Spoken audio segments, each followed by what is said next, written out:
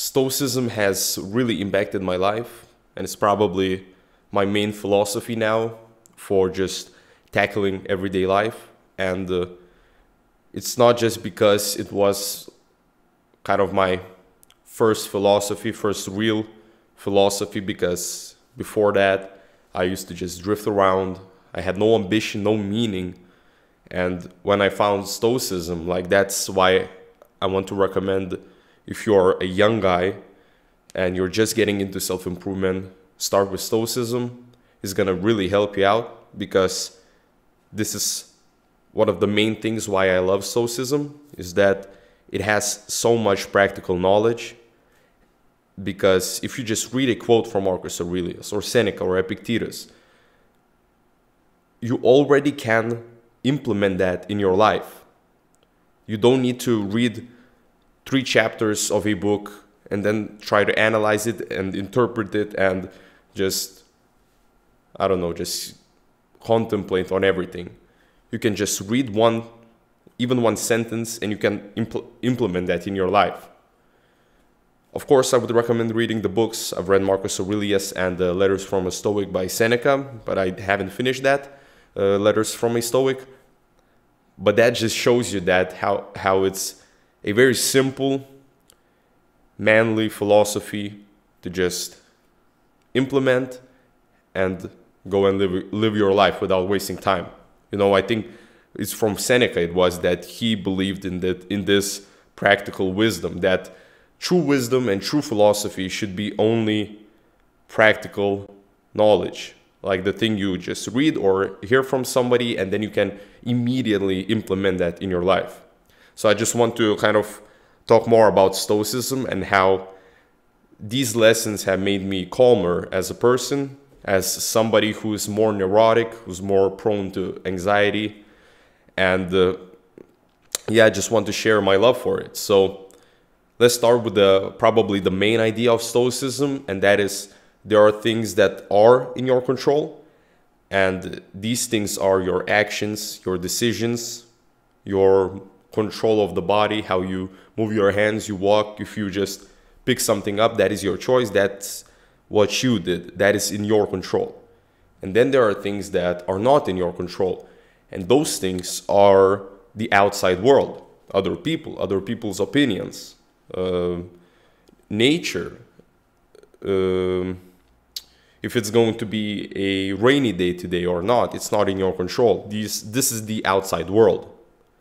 So first of all, just thinking about this is probably gonna make you calmer, because then you're going to realize that the outside world is not in your control, and so you now have to just worry about yourself and something from within, which is worrying about yourself and your mind and your actions and your past events. You know, this creates anxiety if you're just trying to rise up from this little, like, below status position.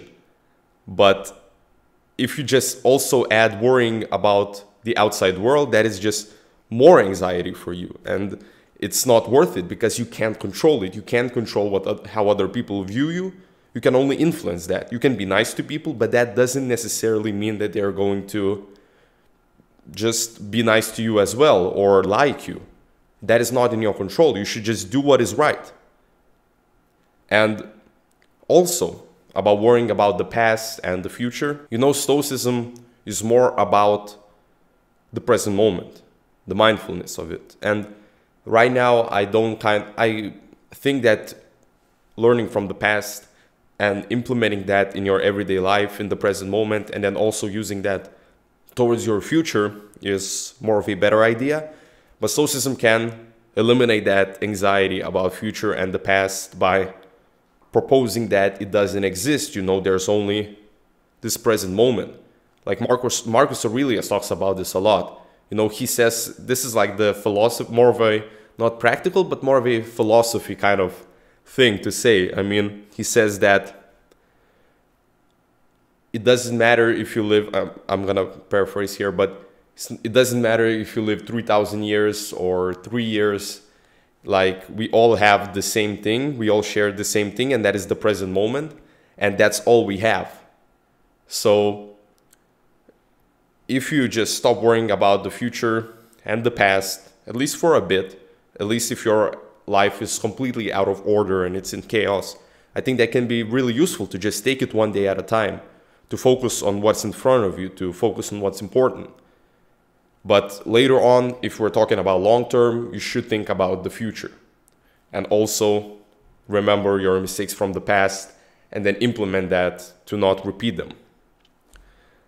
Another thing, Memento Mori is a Latin expression for remembering that you will die. And that is like a really Stoic idea. Not sure if it was from Stoicism, but it's an idea that, you know, contemplating on your mortality is not something that should be viewed as like a fear experience. It's more of a understanding of the limited time you have on this earth and using that to your full advantage, instead of just thinking about what's going to happen after you die. I mean, nobody knows. There are a few ideas, but nobody knows for certain. So just live your life right now. That's all you have. I think Marcus Aurelius said this. I'm not sure if it's Marcus Aurelius, but he said that, you know, look in the past and see that you're already dead. View yourself as somebody who's already dead, because he believed that past doesn't exist.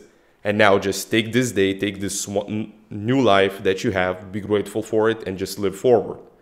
So I think that's a really good idea, to just kind of be more present, be more mindful of your everyday life. And it's going to make you calmer. Another thing, amor fati, and this is the love of faith. And it's kind of a tricky one, but it's basically just accepting. It comes close with the idea of, you know, there are things that you can control and you can't control. And when a situation presents itself that you can't control, you should just accept it for what it is. You can try to... Stoicism is not about not taking any action and just not caring how many people view it. It's more of a, if I can't control it and it's impossible to change it, then I should just accept it.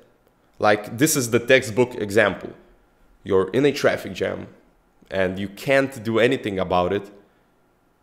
Most people are going to complain, oh, I'm gonna be late to work, to studies, to whatever.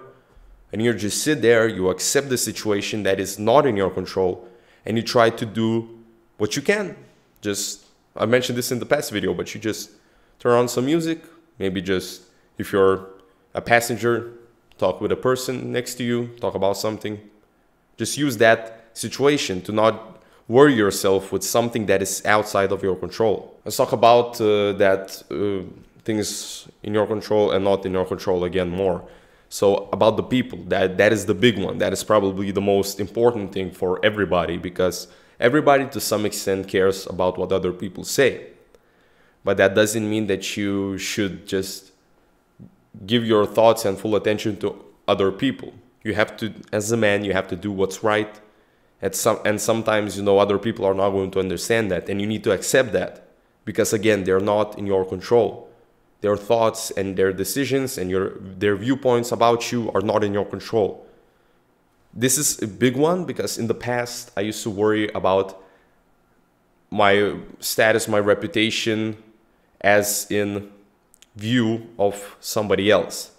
So if I would just impulsively act against another person, if I got mad at him or her, or I would say something stupid, you know, I would immediately just search for trying to apologize, maybe trying to just, I don't know, just to kind of compromise myself and my thoughts for somebody else. When in reality, I shouldn't just care about it. I said what I said. I said my opinion. If somebody doesn't like it, that's okay. You shouldn't accept all opinions. You should, if you have a strong philosophy, you should just stick to it, be based, as people say nowadays, you know. And other people, they shouldn't be the main worry of your life. Your main purpose is to have a purpose, is to have that main thing that you're always reaching towards. I mentioned in the past couple of videos, but I think that's really important. That's also going to make you more calmer, because when you have a goal, you have a clear direction. You're not just waving around. You know, Seneca said that, you know, something like that, that it doesn't matter if you're a good sailor if you don't know which direction the port is where you're going to, you know, kind of swim towards, something like that. I'm not sure. But as I said, you know, this is the practical philosophy. You know, something like that also gives you an idea. You don't need to know exact quotes. You can just think about it. Okay, what would a Stoic do in this position? So I guess that's probably going to be pretty much it. I mean, as I said, it's a simple philosophy, simple to understand, but it's really impactful. It's full of knowledge. So if you decide to read a bit about it, I would recommend Marcus Aurelius at first, because just first page is instant wisdom. So if you're just in a place where you don't have any philosophy, you don't have any direction, start with Marcus Aurelius Meditations. It's going to change your life. And yeah, that's pretty much it. So thank you guys for watching this video. I hope you enjoyed it. And if you did, please leave a like and subscribe for more weekly self-improvement content. You can follow me on Instagram, and the link is going to be in the description.